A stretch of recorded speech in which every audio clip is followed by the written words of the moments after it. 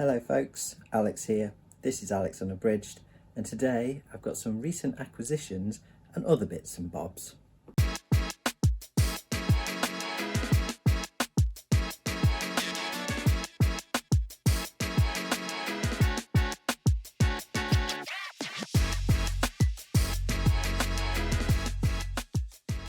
So welcome back to the channel if that is the case. Yes, today I just thought I'd do a little bit of a general kind of wrap up, including quite a few recent acquisitions to my library, or libraries, should I say. Some physical books, some ebooks, and some audiobooks. Because I've been realising that I've kind of picked things up in sort of 2-for-1 sales or Kindle book deals and all that kind of stuff, and it's been kind of, you know, sort of 50p here and a quid there, and I've not really kind of gone through them. So this is kind of a accumulated haul, which I will I think I'll do these kind of every so often, because my big hauls are only going to be at sort of birthday and Christmas generally, and so yeah, every so often I shall do a little recent acquisitions video just to kind of tie up all the bits and pieces that I've bought. So yes, I've got that today, and just general bits and pieces of wrap-up stuff that don't fit into kind of my horror mayhem or my adventures in genre. So yes, a general chit-chat today. So let's crack on straight away with the acquisitions. So acquisitions. All of these acquisitions are within the last month or so. Some of them date back to right at the end of April. So they're not kind of for the month of May, they are within the last month or so. So first of all, if you've seen my holiday vlog, you'll know that I found some bookshops whilst I was away, and I bought a few bits. So I won't spend long on these, but just to quickly go over those again, I picked up Edgar Allan Poe, A Modern Detective, for £2. Basically because I'd already bought whilst I was away, the previous, like, you know, the week 1 of 2, I bought a little book of Edgar Allan Poe, Gothic Tales, and read that whilst I was away and really liked it. So I've got some more Poe there from a different bookshop. I also got The Terrors of the Night by Thomas Nash for 80p. This just sounds like some interesting sort of Elizabethan horror. So demonic horrors and spirits dreamt up by the most exuberant, inventive prose writer of Elizabethan England. So we'll give that a go and see how I get on with some Elizabethan language. I also picked up Lanny by Max Porter, which is kind of sort of dark folk tale, and very interestingly written, printed, written, however you want to sort of call it, with the sort of overlapping swirly text and things like that, which I've wanted to read for a while. And then also I picked up Annihilation, so the first book in the Southern Reach trilogy, which again has been on my wish list for a little while, and I've been putting off watching the Netflix film until I've read the book. So I'll try and get through that, and then I can see how the film measures up. So those were the holiday ones. And then last week, when I went into my local town of Glossop to pick up these, as I'm old now, I need glasses for reading, I inevitably ended up in the bookshop, in the second-hand bookshop. And so I found some more trashy horror paperbacks, fantastically so, and picked up a stack of those. So I got, first of all, Orca, a novel by Arthur Herzog. I'd seen this one, I think, in Paperbacks from Hell by Grady Hendrix. And I'd planned to read Killer by Peter Tonkin, which is another killer whale horror novel, for Old School April, and hadn't got round to it. So I'm saving that for Garb August, and I will save this for Garb August as well. And we'll have a little comparison on which killer whale trashy novel is the best. But this one on the back says, the killer whale, the most feared monster of the deep. You see, I'd take issue with that to start with. Sharks Sharks are the most feared monster, at least for me. Massive jaws and savage teeth geared to a powerful intelligence, the killer whale is the only creature, apart from man, who kills for revenge. If his mate is harmed by a man, Orca will hunt down that man and take his revenge in terror, mutilation and death. So yes, another one to go into the Garborgus pile, and I love the cover. I love, it goes around the back there as well. Just great, trashy, mass market paperback cover, I think. Then when I was paying for that, the lovely fella in the second-hand bookshop, it's a great second-hand bookshop, like community owned, he said, oh, I think I've got another Herzog in the back. So I said, oh, really? So I went and got it. He's got like sacks, like big sacks full of books that have just come in, like loads of like old paperbacks. So I'll have to go back and have another check when he's got them out on the shelves. But yes, this one is The Swarm, which is one that I've never read. I'd heard of though. And this one is Killer Bees. So this one says, this was the beginning, barely noticed. Only a few scientists felt the first stirrings of terror, but then the death toll began to mount, and the terror erupted into national panic as great swarms of savage bees, deadly killers, blotted out the sun as they spread across America. Now, with the Empire State Building black with bees, a crack team of scientists race desperately against time to fight an enemy they only partly comprehend. So again, another one for Garborgus pile. I'm loving finding these like in my bookshop. Having a stack of really dirty, well-read, well-loved old books, old horror books. It's great. And continuing on in that theme, I have also got Sea Trial by Frank de Felitta. I assume that is how you pronounce his name. Felitta. Not heard of this one before, but read the back and thought, yes, I'll have that. And this one says, Tracy and Phil are lovers. They have planned a romantic cruise as the perfect ending to a perfect affair. But the Penny Dreadful, the yacht on which they've chosen to sail, was never intended for pleasure, nor are Captain and Mrs. McCracken the pleasant middle-aged couple they seem. Soon the accidents begin, a series of accidents, and then the chores and deprivations of an ever-tightening chain of punishments and hardships. It is as though they have embarked on a passage through fire, a cruise through hell. Tracy and Philip are about to be initiated into the rites and ways of evil. Yes. Garborgus. I can't wait for Garborgus now. And then finally, the other one that I found, which I got because I liked the cover, is Bugs by Theodore Rosak. Not sure how to pronounce his name. And this says, born from the innocent mind of a child and the sinister brains of the world's most advanced computers, they were like nothing ever seen before. First they caused rashes, then bites, then bloody slaughter. They came out of the computers, paralysing a whole civilization. Bugs, the ultimate terror of the microchip age. This, I think, could be hilarious because I'm not sure when it was written. I'm guessing probably 70s or 80s. Let's have a look, see. 82, so it's nearly as old as me. Yeah, considering that technology's moved on quite a bit, I'm going to guess that this is probably quite dated, and hopefully, therefore, hilarious in its science.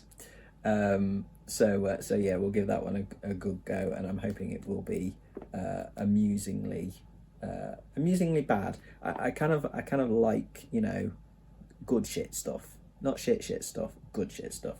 So yes, we'll have a crack at that. So those are the physical books. Then I'm on to the ebooks.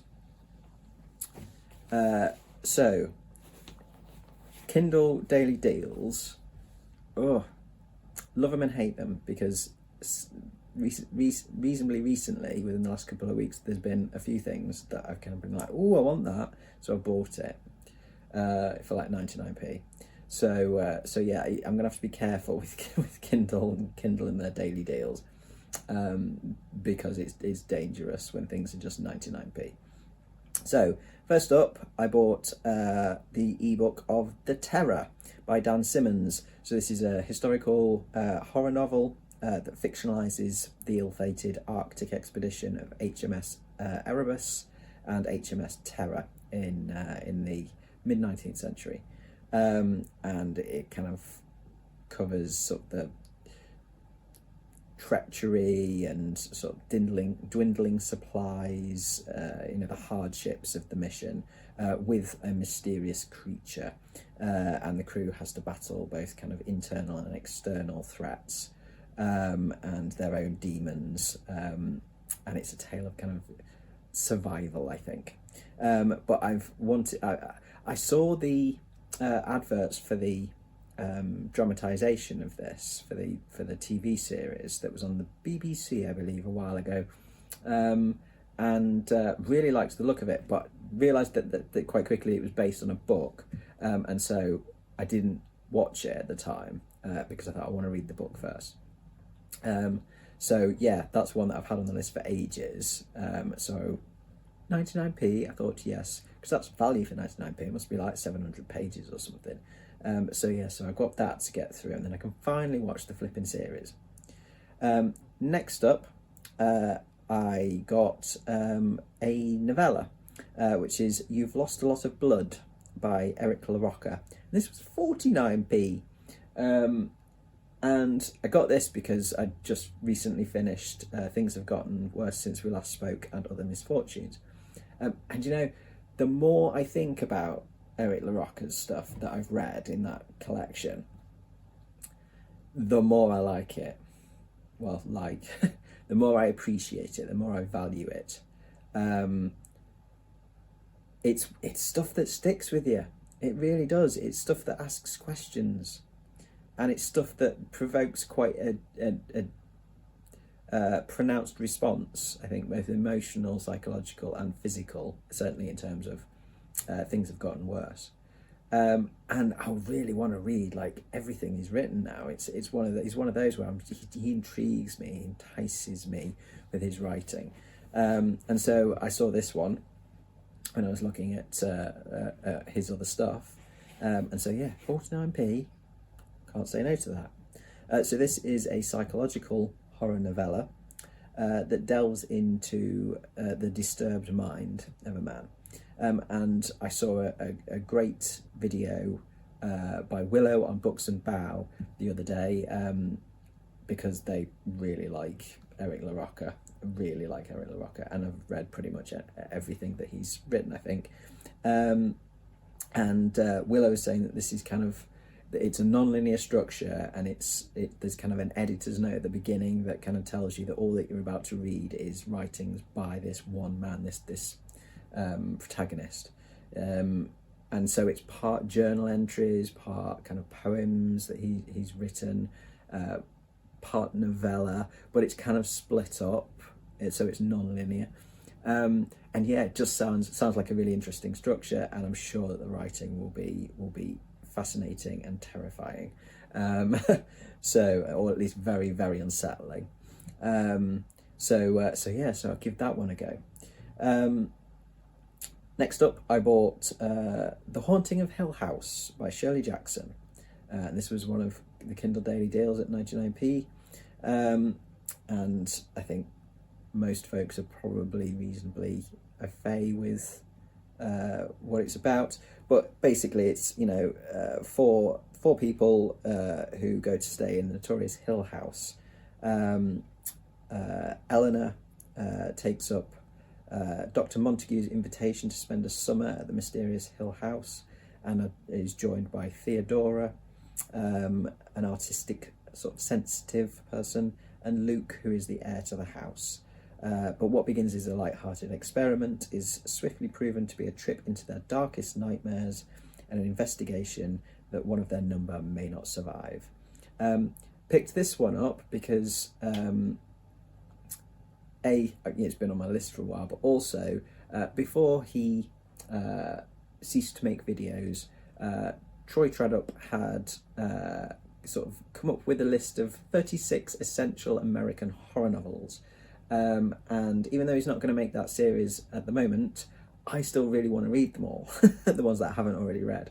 And Haunting of Hill House was on there, and there's another one that I bought as well recently that is on there. So so that project lives on, Troy, because I'm going to read them all. It's going to take me a while, but I am going to read them all. So yes, I've got that one, which I will come to when I think that'll be a mood read when I just fancy reading it. And then finally on the ebooks, I got, and this was yesterday, The Book of the Most Precious Substance by Sarah Gran. I had seen MJ of Reading This Life talk about this a while ago and rave about it. And I really liked the sound of it. And so when I saw this on offer, this was a couple of quid, I thought, yeah, I'll have that. And the description for this is, rare book dealer Lily Albrecht has been given a tip-off about the Book of the Most Precious Substance, rumoured to be the most powerful occult book ever written.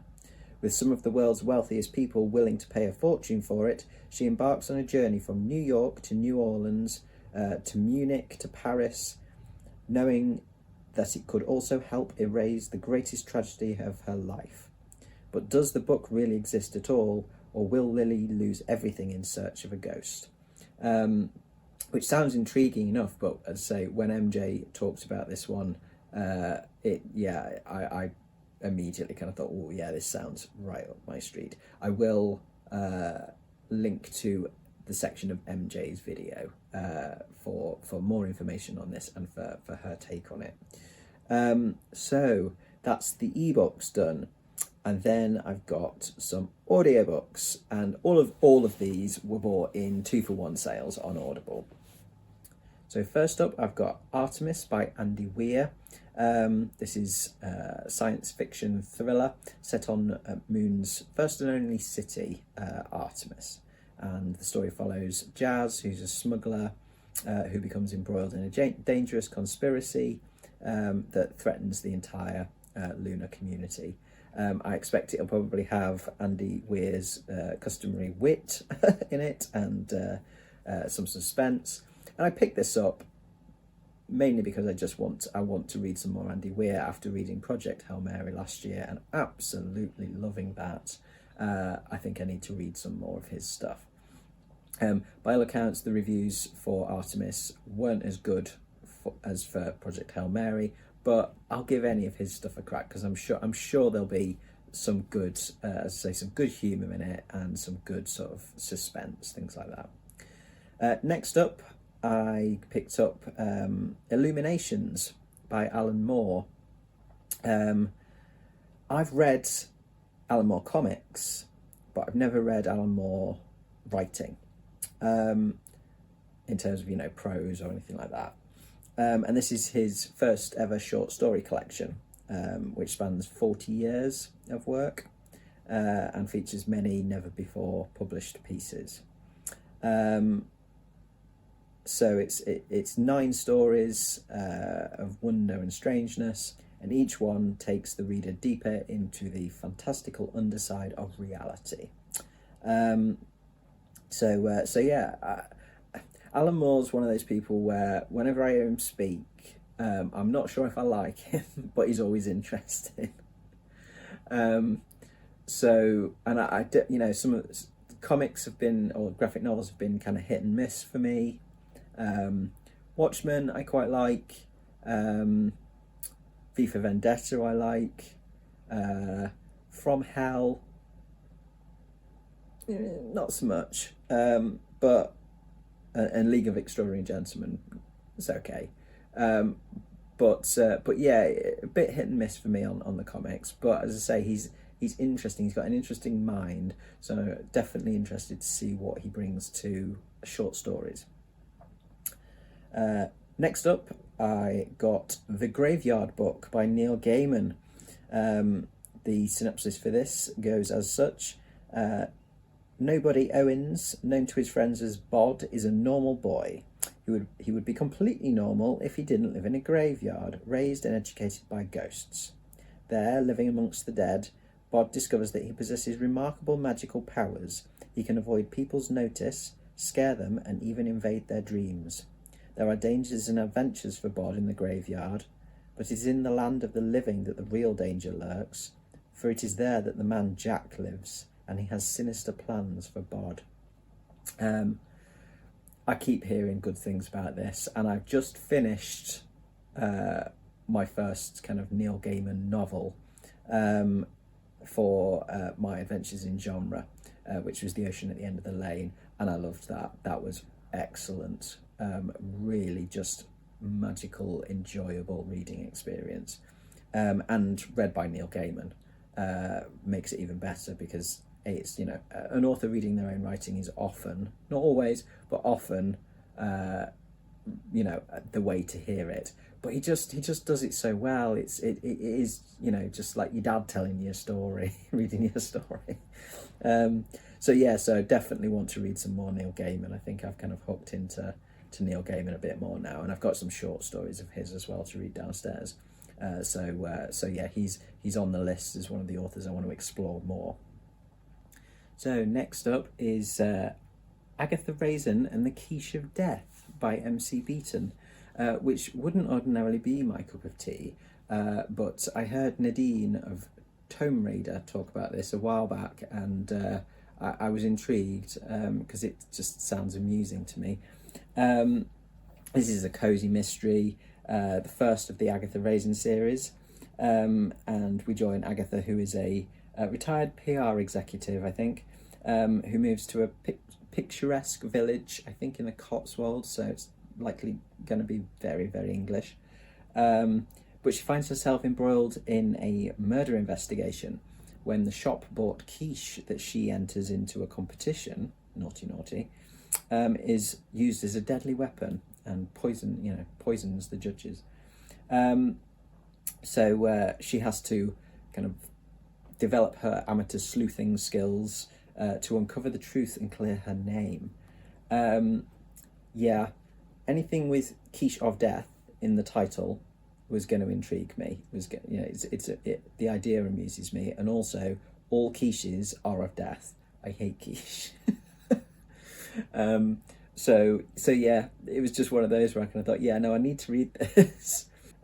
Next up is another one that I got that was on Troy's list of the 36 essential American horror novels, and that's Psycho by Robert Bloch. And I think probably everybody knows what Psycho's about these days. The Bates Motel and Norman Bates and all that dark fun stuff. So yeah, that's one that I thought, again, I'll get that on audiobook. I do like my horror on audiobook these days. So yes, that one's there waiting for when I have time for that one. Then we've gone to a non-fiction, which is The Transgender Issue by Sean Fay, which is one that I've had on my list for ages, but I need to be in the right mood to read it, or to listen to it in this case. And this is an insightful sort of exploration of transgender experiences and the social, political, cultural issues surrounding them. And it delves into topics such as gender identity, discrimination, healthcare, media representation, and provides a compassionate and thought-provoking analysis that seeks to improve understanding, I think, about these issues, and to promote equality as well. So yeah, I do need to be in the right mood, frame of mind for that, just because it's so close to the bone for me. It's stuff that really does affect me. So yeah, I need to be in a positive positive mental state to read that, because otherwise it could make me upset, angry, all of the above. And then finally, and this isn't an acquisition that I have in my library right at this moment, because this is a pre-order, but I noticed this advertised the other day, and it's out on November the 9th this year, and that is Bookshops and Bone Dust by Travis Baldry. And this is essentially a prequel to Legends and Lattes, which I absolutely loved when I read that back in February. And I saw at the time that Travis Baldree was writing another book set in that universe. And so when I saw this, I was like, yep, I'll just pre-order that, because then it'll just drop into my Audible library on the 9th of November. And this one reads as follows. Viv, so that's our nice Lady Orc who opened the coffee shop in Legends and Lattes. Viv's career with the renowned mercenary company Rackham's Ravens isn't going as planned. Wounded during the hunt for a powerful necromancer, she's packed off against her will to recuperate in the sleepy beach town of Merk. So far from the action that she worries she'll never be able to return to it. What's a thwarted soldier of fortune to do? Spending her hours at a struggling bookshop in the company of its foul-mouthed proprietor is the last thing Viv would have predicted, even though it may be exactly what she needs. Still, adventure isn't far away. A suspicious traveller in grey, a gnome with a chip on her shoulder, a summer fling, and an improbable number of skeletons prove Merk to be more eventful than Viv could ever have expected. So yeah, it's set 20 years before the events of Legends and Lattes, and it will be a standalone fantasy about the power of good bookshops, great friends, and the unexpected choices along the way. And if it's anything like Legends and Lattes, then I am very, very excited to read it, because that was a real surprise to me, that book, Legends and Lattes. Didn't expect to like that anywhere near as much as I did, and that will be one of my absolute favourite reads of the year. So that is all of my acquisitions from sort of the end of April up until now, where we are now, which is right at the beginning of June. Plenty of stuff to keep me occupied. I will take a while to get to all of it, no doubt, but it's at least sat there. These are all kind of mood read stuff, most of these, that I will get to when I just fancy it, when I think, oh, what do I want to read? These are the sort of things that will probably get me out of reading slumps, when they hit, because it's like, oh, what do I want to read? And I'll just go through my libraries, and there'll be something in there that I can pick from. Other stuff then, other bits and bobs for May's wrap-up, essentially. Reading-wise, my Horror Mayhem video is already out. If you want to check that out, see what horror I got through, what short horror fiction I got through. I got through quite a bit, about 20 books, I think, for that. But, you know, the majority of them were like 100 pages or so, I think. Only a couple sort of up towards the 250 page limit.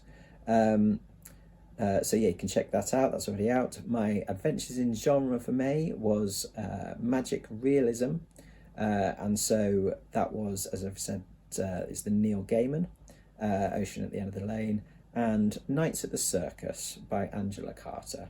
That will be out on Sunday, if you want to check that out.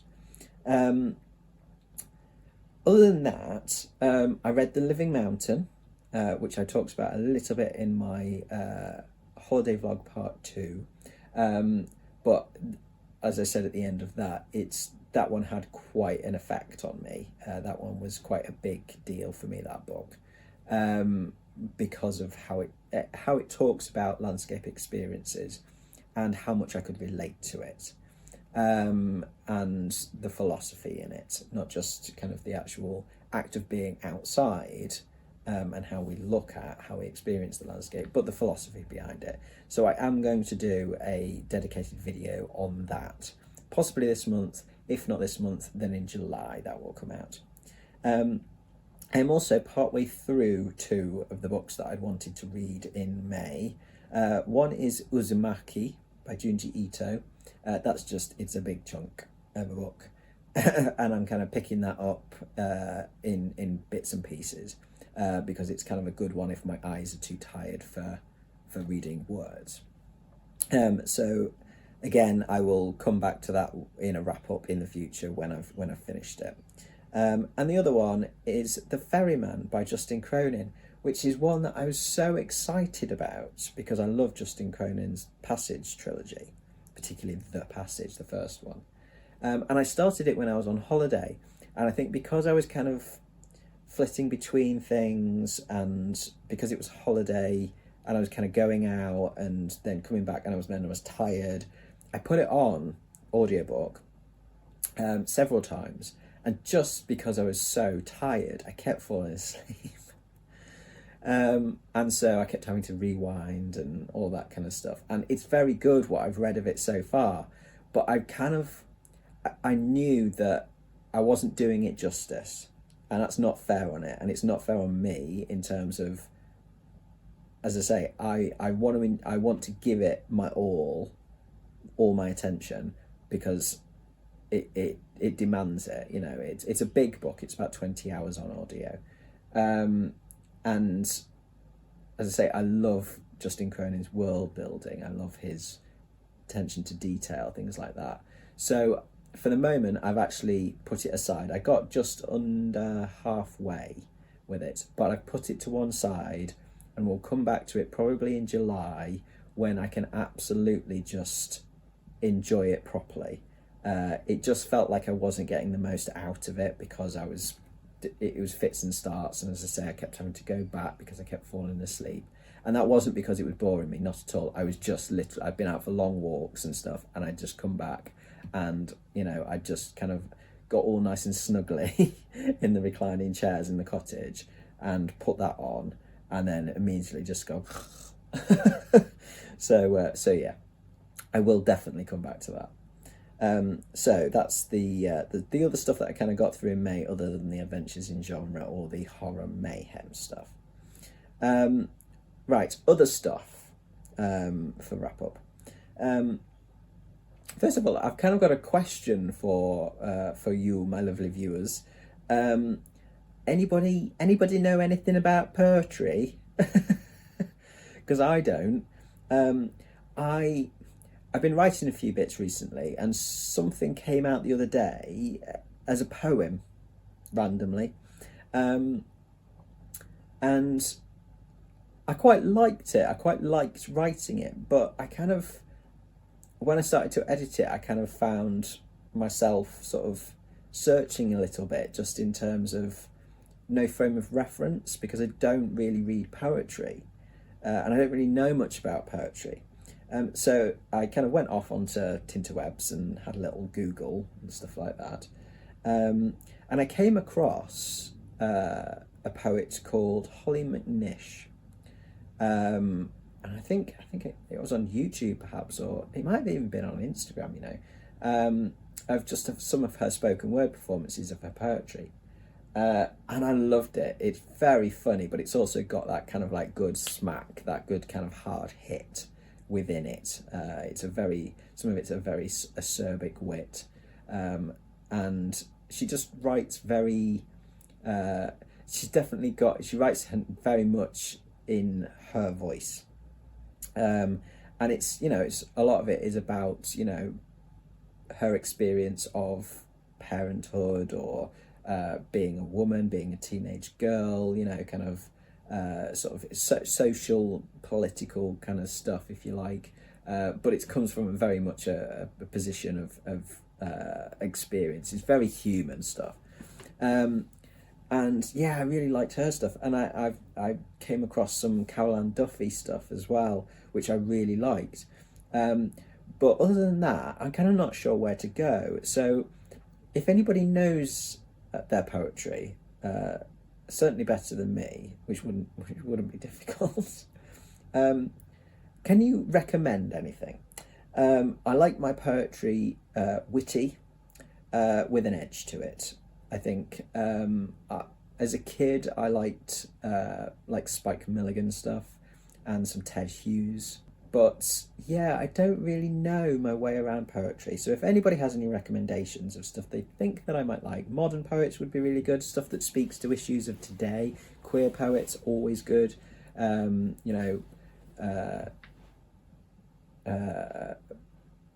Writers of colour. Amanda Gorman is the other one that I have read some stuff of, which I really liked. So yeah, any names, throw them in the comments for me. Thank you very much. So yes, my own writing then we're on to next. As I say, something came out as a poem, which I'm not ready to share yet, but when I have finished it, I will do a little reading, I think, on here. It's the sort of thing where it might give me a little bit of confidence just to get some feedback. In terms of my own prose writing, I'm still chipping away at short stories. I've got more drafts completed on both the Rock Shark story that I've mentioned before, and I'm partway through another draft of the cursed / possessed dog automaton that I've mentioned before as well. My writing practice has dropped quite dramatically recently. I've just not had the time in the evening, like when my wife's gone to bed, to kind of, or like had the eyes or what have you, the brain space to actually sit down and write. But I need to get back into that. I'm going to try and put aside a little bit of time in the actual week, in my work day, if you like, to kind of get some writing done properly, rather than relying on, you know, not being too tired at 11 o'clock at night to start it. Because yeah, for some reason I've been tired recently, and so that wipes out that kind of time.